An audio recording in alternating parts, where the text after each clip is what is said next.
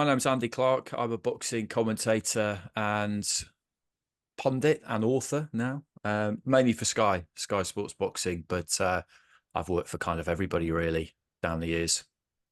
And then why choose Groves Froch for your book? So the subject of the book's the knockout. It's not just about that one knockout, but it's about lots of different ones. But that one is one I picked out because I do feel like it's the perfect knockout, basically because of the stage, of the scale of the event, of the rivalry, of the fact that it was the final punch that Froch ever threw in his professional career. Not that we or he knew that at the time.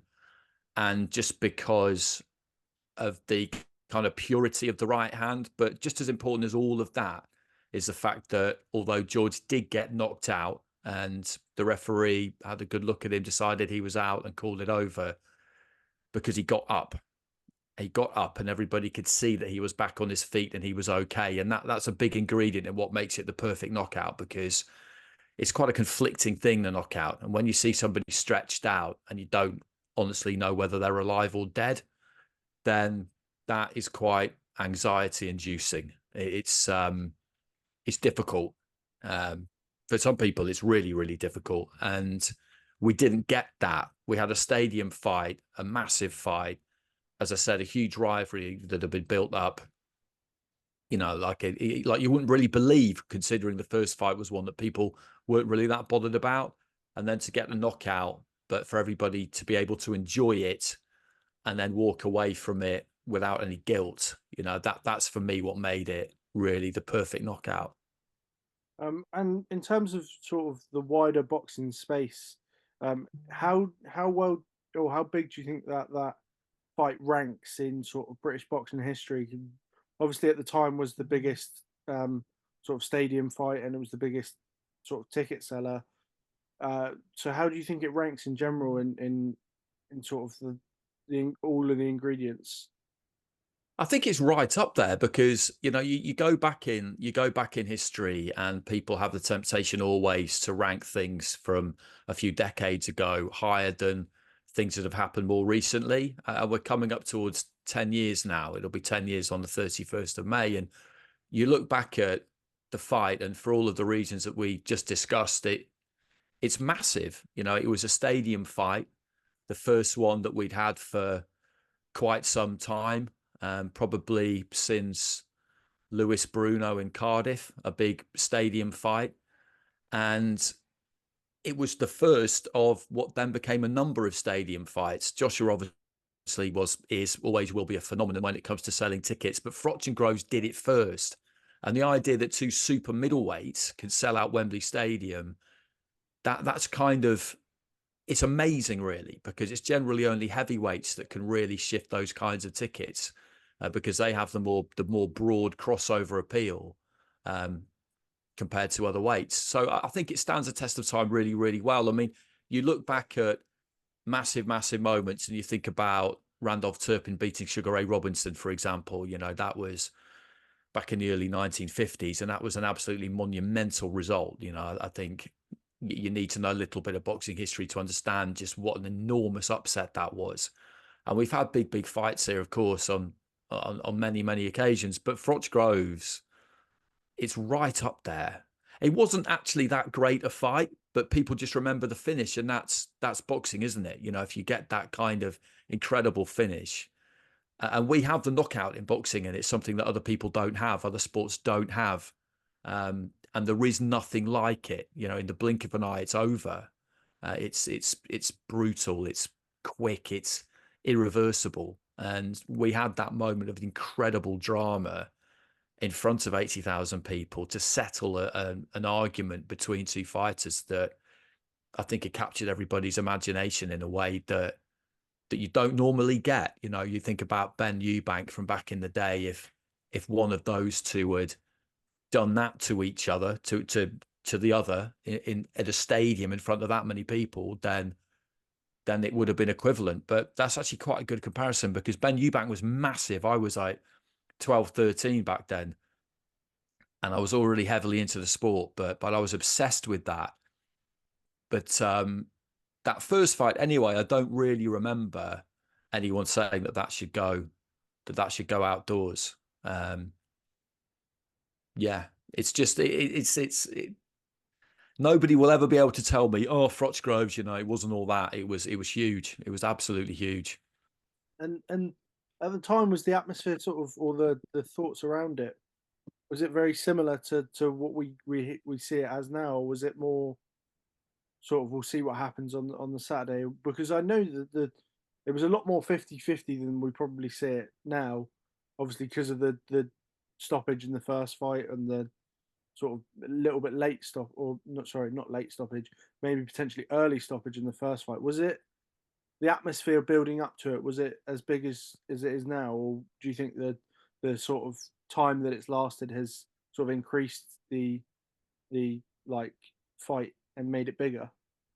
No, I don't think so. It was really, really big. The first fight, in the November the previous year, George had he was mandatory, so Froch had no choice, but Froch didn't really want to fight him. He'd had this great succession of epic fights, and he felt that Groves didn't really fit into that kind of lineage, particularly as he knew that he was coming towards the end. He didn't really tell anybody at the time, but he knew after so many hard fights and so many hard training camps that he couldn't do it for too much longer. And Groves just wasn't really a fight he wanted. And he was happy to say that in the build-up. So you never could have anticipated what happened. But because the first fight was so dramatic and George did such a good job of winding Froch up in the build-up, and people kind of started to buy into that and the idea of this, cocky upstart as he was seen, although he was an experienced fighter by then, you need the wider sporting public to buy into things. And I think they did for that fight. Not on a huge scale, but enough. And then the fight itself, because he predicted that he would knock him down with a right hand in the first round. And when he actually did it, that was one of the most dramatic moments I've ever watching boxing live. I was at home watching it, but when he flattened Froch with that right hand, that you just jumped out of your chair shouting, because it was that moment. You just thought, holy shit, like he's actually done what he said he would do. And Froch, I mean, he got back to a knee quick and probably got up a little bit too quickly. He stayed on the knee, but then got back up. But he was in trouble. He was in huge trouble. And the way it finished, as you say, incited enormous controversy. I personally feel like Froch was going to go on and win that fight, but the way it finished meant that you had a controversial finish that meant that there had to be a rematch. And the interest in the rematch built from the second after Howard Foster stopped that fight, and it never stopped. And it just got bigger and bigger and bigger and bigger, right the way up to the fight. It was one of those ones where people had an opinion on it. People would message you about it. You knew never normally took an interest in boxing, and that's always the kind of dividing line for me. So it was exactly what you would guess it would have been, given that it managed to sell 80,000, which, as I say, for any division outside of heavyweights is just kind of crazy, really. It's just not something that happens. Yeah, well, I remember it when I was younger, sort of just sitting there and my dad watching sort of, I think it was the old ring show that or the preview show they used to do on Sky. I can't remember the name of it off the top. Ringside. Yeah. I remember my dad sitting there and watching it. He's not a massive boxing fan. He'll watch keep an eye on the big fights, but he was never a big into it. But he was one of those people that would get into that fight and got really into that fight. And it's my first sort of even memory of boxing in general. I knew that it was a big fight, but I didn't, realize at the time how big it really was, and the amount it sold and the amount it ended up going on. I think the all of the things leading up to it were just perfect. You had two people who not only just hated each other, but at the same time they were complete like opposites in terms of they were both arrogant or both being confident, but they could knew it exactly how to turn on each other and get it on each other's nerves. And the whole build up, sort of, you still have moments that people like the handshake on I can't remember the name, the one that Gloves are off. gloves are off. Yeah, sorry. And then the handshake, the little pull that we can all have a bit of push and a pull about. That's quoted to me on multiple occasions from people that I work with that don't even enjoy or don't even like boxing. So it's sort of it transcended a sort of sport to a different level and sort of potentially even set the stage towards sort of AJ becoming that. Well, he obviously fought on the undercard as well, so it sort of Yeah, yeah, helped. exactly. Yeah, no, genuinely, I think it did. And funnily enough, we've kind of had similar experiences because if that was the fight that really kind of pulled you down the rabbit hole into boxing, then that's your equivalent to my Ben Eubank. And there are lots of similarities between the two because it's an all British rivalry. Everybody loves an all British rivalry. And the build up. So I remember for Ben Eubank, they signed a contract for the fight on the show called Midweek Sports Special, which was midweek. And Ben could hardly look at Eubank. Like he hated Eubank. He just absolutely found him so irritating. And in a way, Groves would have been more Eubank and Froch would have been more Ben because Froch grew to absolutely loathe George because he found him so annoying and cocky and patronizing. He really got under his skin. So there's lots of similarities between the two things. And Ben Eubank would have been responsible for getting loads of people like me into boxing when they were young. And Froch Groves, it's interesting to hear you say that it had a similar kind of effect because people always look back at Ben Eubank and think, oh, the reason why that was so big was because it was on terrestrial TV. And of course that's true, but there was only terrestrial TV then. Mm. Whereas now, and in your kind of sport viewing lifetime, Sky's been the BBC still have stuff, but Sky's been the major player.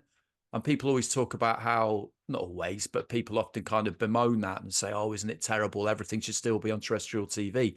But the world's moved on and, things still get into living rooms, whether they're on subscription TV or whether they're not. And that's a good example, that fight, because it wasn't just in this kind of Sky Sports bubble where they were the only ones talking about it. Everyone was talking about it.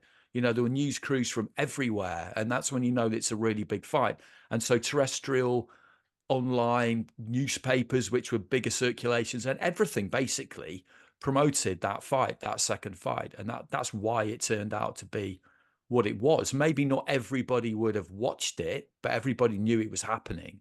And that's what makes for a really big event. Yeah, I think that's when you know the difference between sort of a big boxing fight and a worldwide one.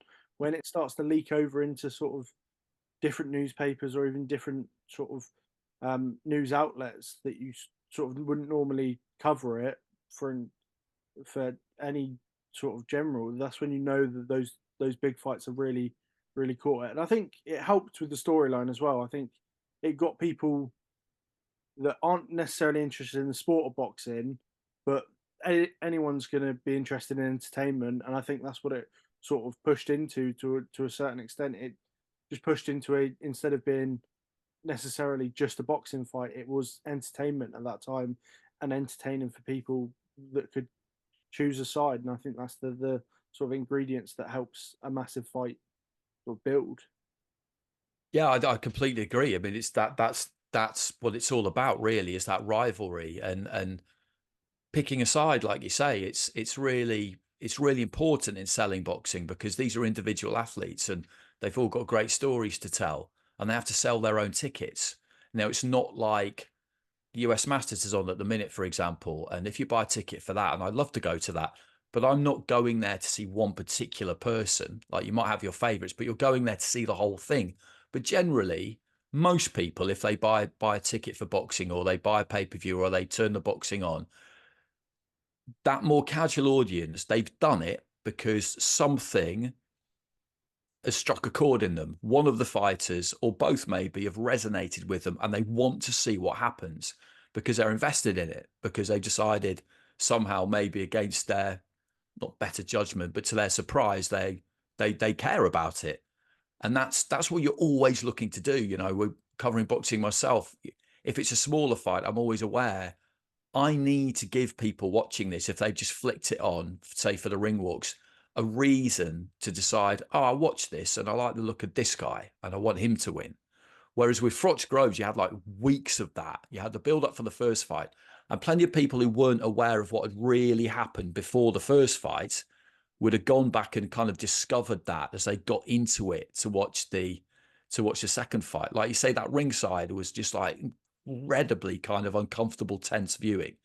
And then the pull and the push on the gloves are off. I mean, I still laugh about that now.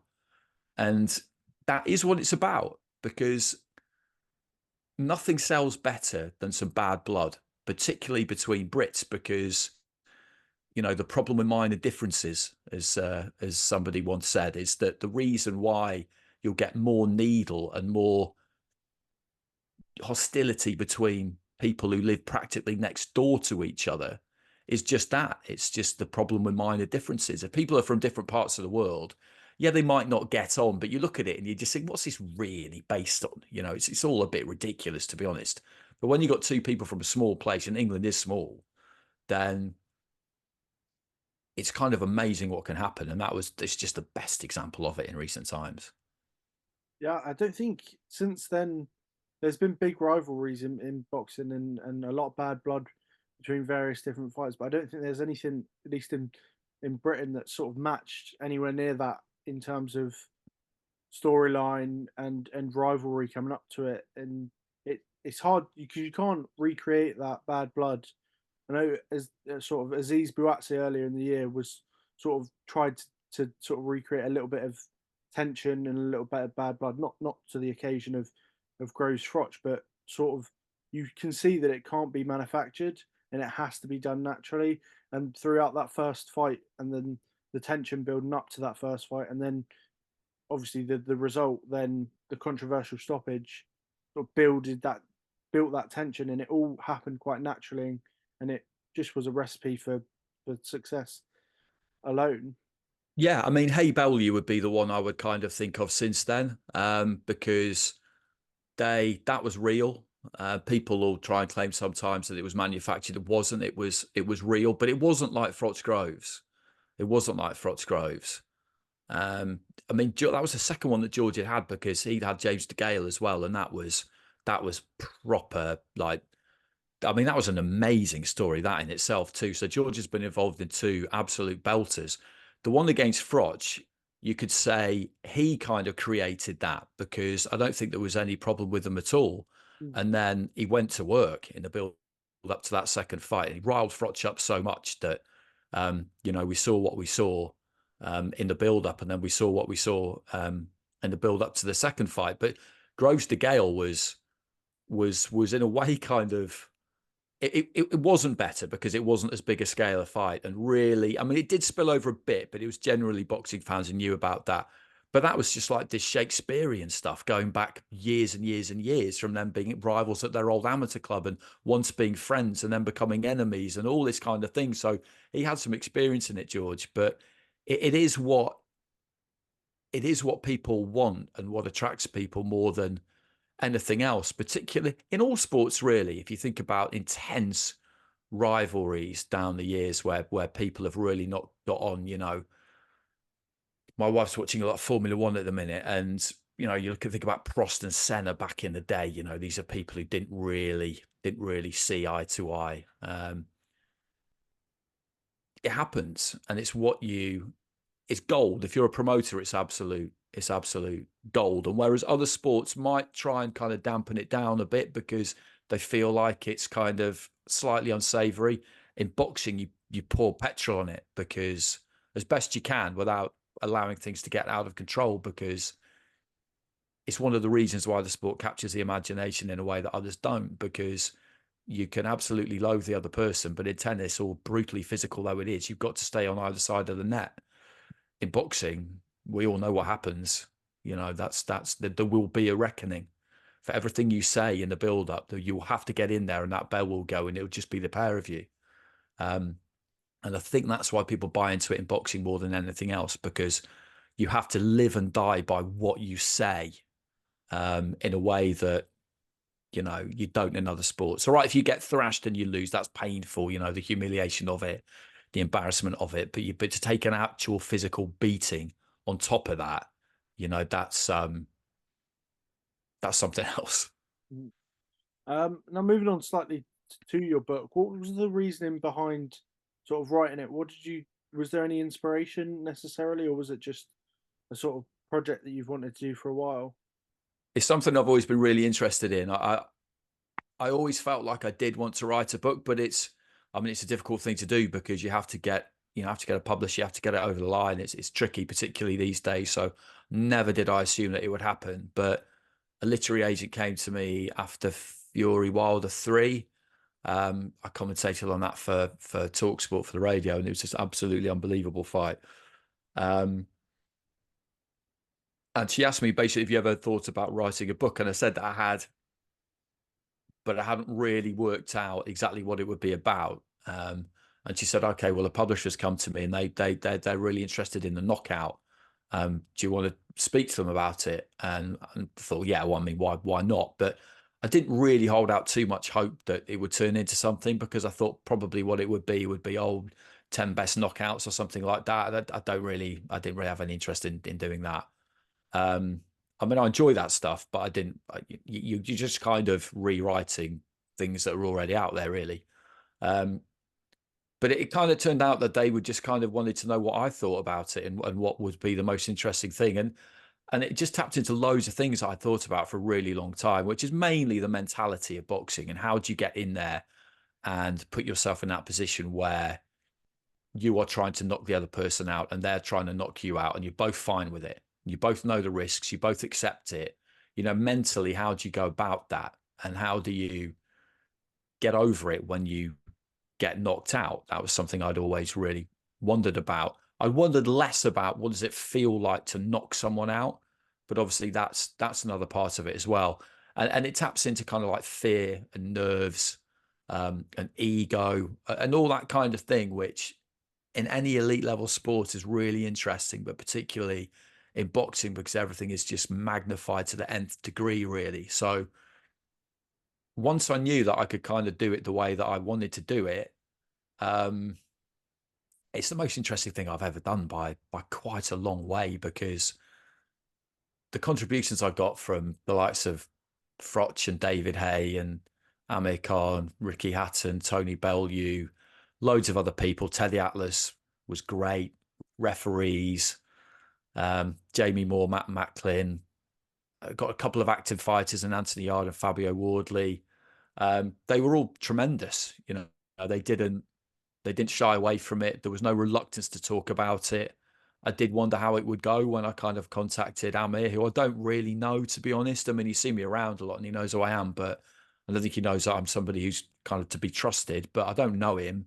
And basically just said, I want to talk to you about getting knocked out by Canelo and Brady's Prescott. I don't want to dress it up as being about something else. That's what it is. And he was fine.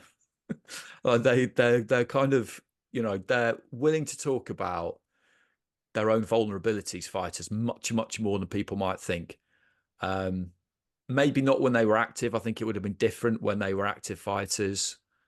Um, I did approach an active fighter who was dealing with the knockout at that actual point, and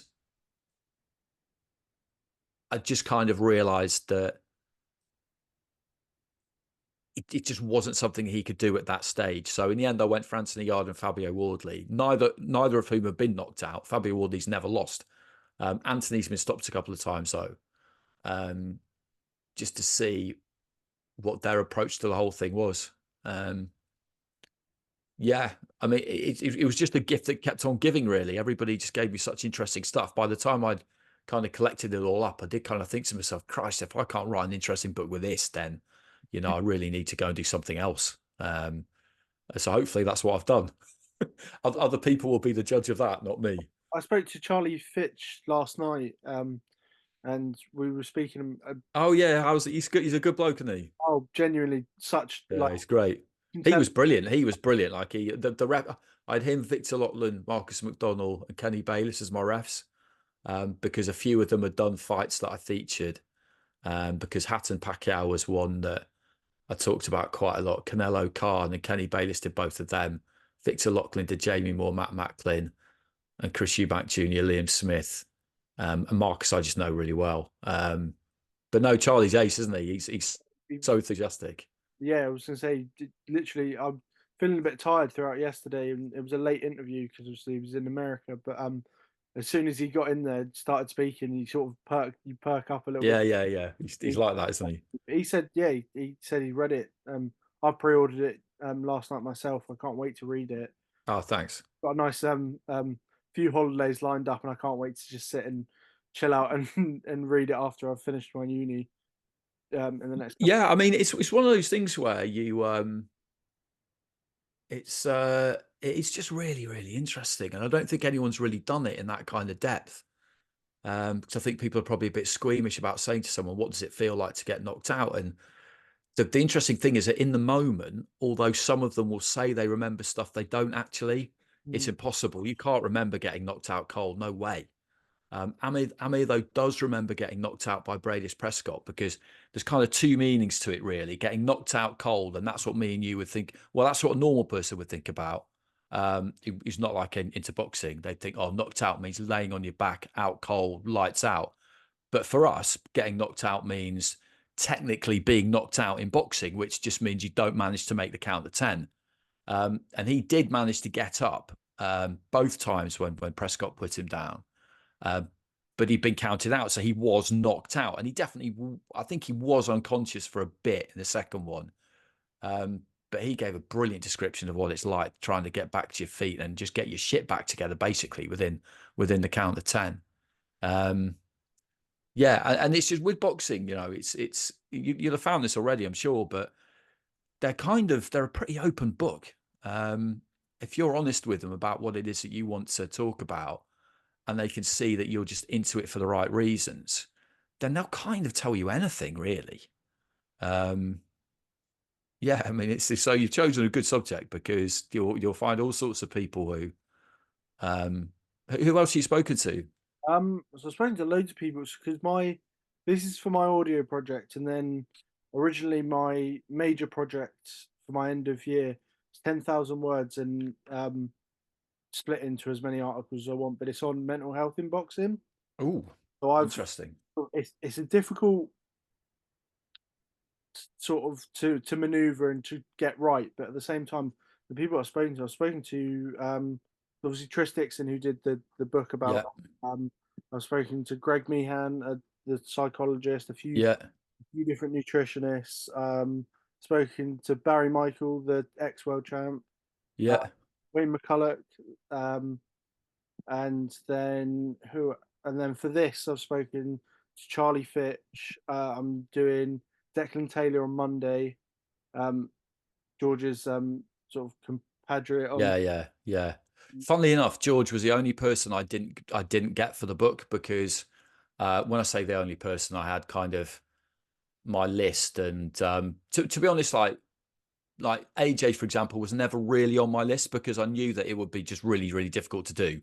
And that if I was lucky, I might just see him and be able to jump on him, which I kind of did, but it only lasted for about 30 seconds because Chisora turned up and was just being a dick. I got Wilder for about 2 or 3 minutes, but on my list of people I thought, yeah, I could get, he was kind of the only one who I didn't get because he's never really talked about it. He's kind of talked about it a bit. He talks about it a bit on the High Performance podcast with Jake Humphrey and Damien Hughes, and he talks about it a bit to Tris, but not a lot. And no, fair enough. He just said, look, if when I do decide to go into it in detail, which I know is what you want to do, then it needs to be me doing it, me telling my own story, which is completely fair enough. Yeah, so he was the only one who kind of got away. Yeah, I think it wouldn't be surprising if he ends up releasing a book of his own, some sort of biography or Yeah, I'd be amazed if he doesn't at some stage. that. I think that's right. I mean, I spoke to someone through or through someone to him, and it just says he's busy at the moment, so I couldn't obviously grab him. But I've obviously spoken to Charlie, got Declan. I spoke to Ian Bailey, who fought on the undercards. Yeah, Brandon Gonzalez, who fought James DeGale on the undercard. I've spoken to a fair little people. It's hard to sort of get enough people sort of that in and around it, and it's hard to sort of get anyone's because you want people that are sort of involved or at least have got good knowledge of it. I tell you who I got hold of because basically there's one chapter in the book where chapter 10 it is, where it's basically the night of the perfect knockout. And so I do it through the eyes of people who were there, or that was the plan originally. So I kind of like loads of people, like people I know from Sky and all sorts, like Eddie, and in the end, the publisher read it and just said, "This is just kind of like it's just a bit too sort of who all these people are, but it's just a little bit too random." So in the end, I just cut it to Froch, a couple of bits from Charlie, a couple of bits from Eddie Hearn, and some stuff from Mark Seltzer, who's one of his corner guys, Mm. whose recall is unbelievable. Um, I could just give you a number. I could just give you his number, to be honest. And if you got in touch with him, just say that I've given it to you. Yeah, yeah. I don't really need to ask him. And he'd be good because he'd do it. He's a really good bloke, and like he just remembers really good, cool stuff from like the day of the fight and what he thought in the corner at the time, stuff like. And he was there throughout the whole thing. So hang on a second, I've got it here somewhere. It's hard to sort of get people that were in and around and involved in it, and then still keep it quite centralized as a because it's only Yeah, yeah, that's all I've got is a 10-minute audio sort of like project and documentary for it. So yeah, I know you haven't got loads of time, have you? But oh, where is he? Okay, you got a pen or something. yeah, yeah, I've got my phone. Yeah, yeah, So yeah, Mark Seltzer, he's 07891 yeah, 329978. lovely. Just tell him you got it from me and that and you're doing what you're doing. He'll be fine with it. Yeah, But he'll give you a nice little, and he kind of knows what you want as well. He'll give you a nice little clip or something just from someone who was, like stood in the corner right behind the knockout. And no, was kind of with Froch all week. He's got a really, he's got a good story about, um, they went for a jog in the morning or went for a walk around in the morning and they were near Hampstead Heath. Or so there was somewhere like that. They're in North London somewhere. And they saw a load of photographers, perhaps who were kind of like waiting for Elton John or George Michael's boyfriend to come out of his flat, and how they kind of like told these paps that, they should be doing something different with their lives. And this was, his outrageous behavior. And then they got chased by the paparazzi down the road and all this kind of stuff. Like he's good. He's good value.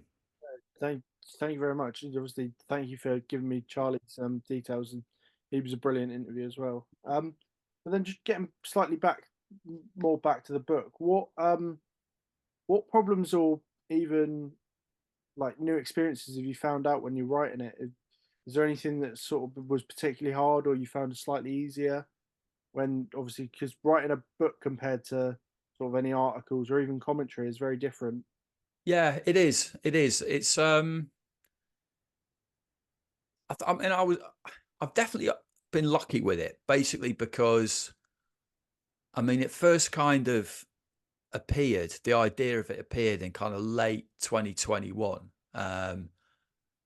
and it took a long time to get it over the line. So we got it finally agreed with a publisher when I was in Bournemouth for Coley Billham Smith at the end of last May. So it had taken basically 18 months. It looked like it was going to get approved really quickly, and then it didn't. This is just these things happen. But so I've been thinking about it for that entire time, basically, as kind of, like, if this happens, how am I going to do it? So when a publisher finally pulled the trigger on it, I kind of knew I could kind of like mobilize immediately, and I knew what I wanted to cover and how I wanted to do it. And I managed to get hold of all the people no, you don't get absolutely everybody, and you've got a deadline and all the rest of it. So I had 7 months to do it, which isn't that long, I don't think, really. But I did just really enjoy the whole thing, and because I've thought about it for so long, so I'm pretty obsessive, to be honest, as well. The writing came relatively easily because I'd been kind of rolling things around in my head for a long time, and um, I kind of always suspected that it would be something that would suit me discipline wise, that kind of like big task, that it wouldn't really daunt me. Um, and yeah, I enjoyed it. I'd definitely do it again if I could think of something that engaged me like this did. I've got a couple of ideas, and again, like no guarantees that you could kind of get it over the line with a publisher, but it's yeah. I mean, in the end, kind of when they said 80,000 words, I thought, God Christ, that's a lot. But I went over it in the end. But first draft wise, I went quite a long way over it. And then it's really kind of, it's not. I remember I talked to Thomas Hauser about it right at the beginning because he's quoted in the book, but I know him a bit, and I just said to him like, any tips?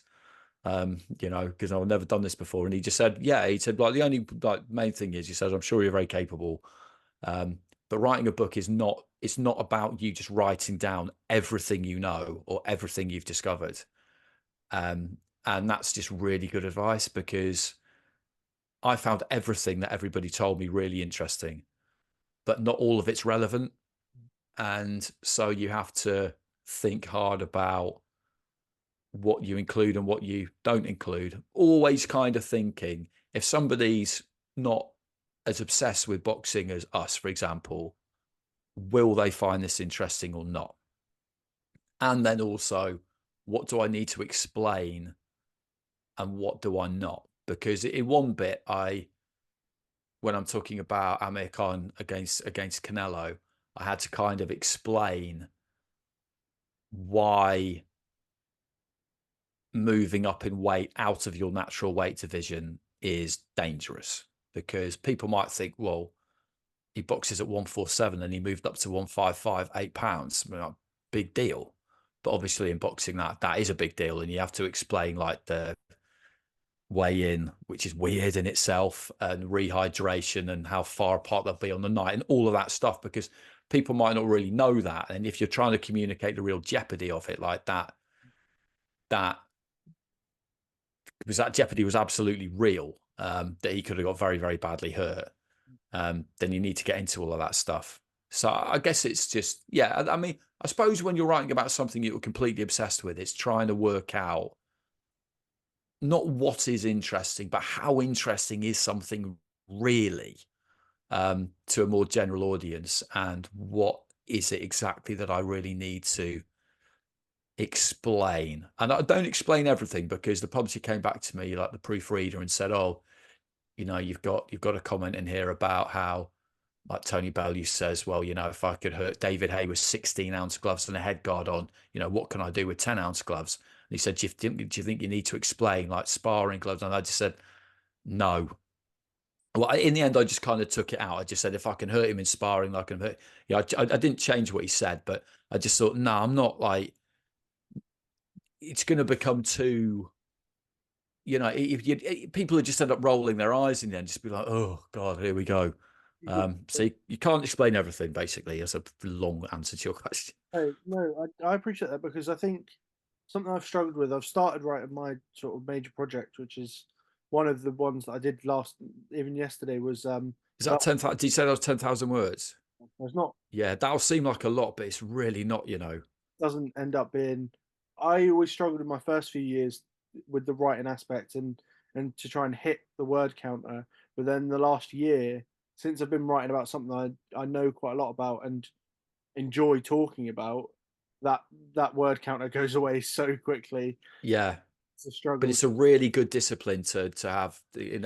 Obviously, like for a university course, you're always going to have a word count, but um, it's a really, really good thing, because I think about how much more streamlined the book is with a fairly strict word count, and how I was always trying to keep to that, and how kind of ruthless I was with what I put in and what I didn't. Um, that's definitely made it better, being, I think it was like about 80, between 85 and 90,000 in the end, rather than the kind of 110 it could quite easily have been. And I would have happily handed it in and thought, yeah, this is good stuff. And if the publisher had just said, yeah, no, that's fine, don't worry.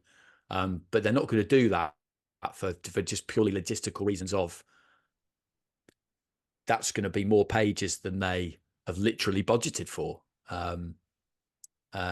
More paper that they'll have to buy, and that it's all those kinds of things you don't think about, because with the infinite space of the internet, I think people have kind of got away from word counts and that discipline of, okay, I want that, but I want 300 words, because that's the hard bit. Lads I kind of came through with who were print journalists, um, they would say that the early jobs they all had was, okay, I want 2 paragraphs on that. And you just think, how the hell am I going to get this stuff into 2 paragraphs? But that's the skill. You have to be able to do that in a way. Kind of, if you've got no word limit, then kind of anyone can do that in a sense, can't they? I mean, there'll be differences between how good it is, but yeah, that's a really, and it's the same in what I do as well. You know, it's kind of, you don't need to talk all the time. And I came through radio where time would add so many seconds in an hour, you know, and you've got adverts and traffic and travel, and you can't waffle. They need you to be able, if they say to you, we need 30 seconds, they mean 30 seconds. But yeah, those 10,000 words will go like that. I mean, it really is just about working out, you know, what really needs to go in here. And you might have 3 or 4 brilliant examples of something, and you just got to choose one. And the other ones will just, yeah, gone. There's nothing you can do about it. But I was listening to yesterday as well, or might have been the day before, the Ian Dark podcast that he did with George and Declan, and he said the same sort of thing about his commentary. It was like, you've got to be quite careful with the words that you use, because you don't have long, especially in a fight, to describe something. Even he spoke more about when he was doing radio originally. He said that it was sort of a bit of a, it's an art to try and explain something without over explaining it. Yeah, And no, he's absolutely right, and that for me is what it's always been about. And he's I grew up watching him. I think he's just the best. I know him a bit, and he's been quite helpful for me actually. That sort of down the years, he's a really good bloke. I've downloaded that. I haven't listened to it yet, but yeah, that's exactly it. You know, you don't need to. You need to be able to explain things concisely. If you've got a story about a fighter, my kind of like rule is it can't last. It can't take more than 10 seconds, because if it's longer than 10 seconds, then at some point, um, you're just increasing the chances of you having to interrupt yourself. And you've got to choose. I was talking to Andy Scott about this the other day, who I work with at Sky, who's doing more commentary now, but he's not been doing it for that long. I mean, he's doing well, but he's not been doing it for that long. And he's saying to me, what he's doing bit by bit is working out, and it's just pure practice, what you can fit into what length of time, because you can't be talking at 100 miles an hour either to try and get your story into 10 seconds.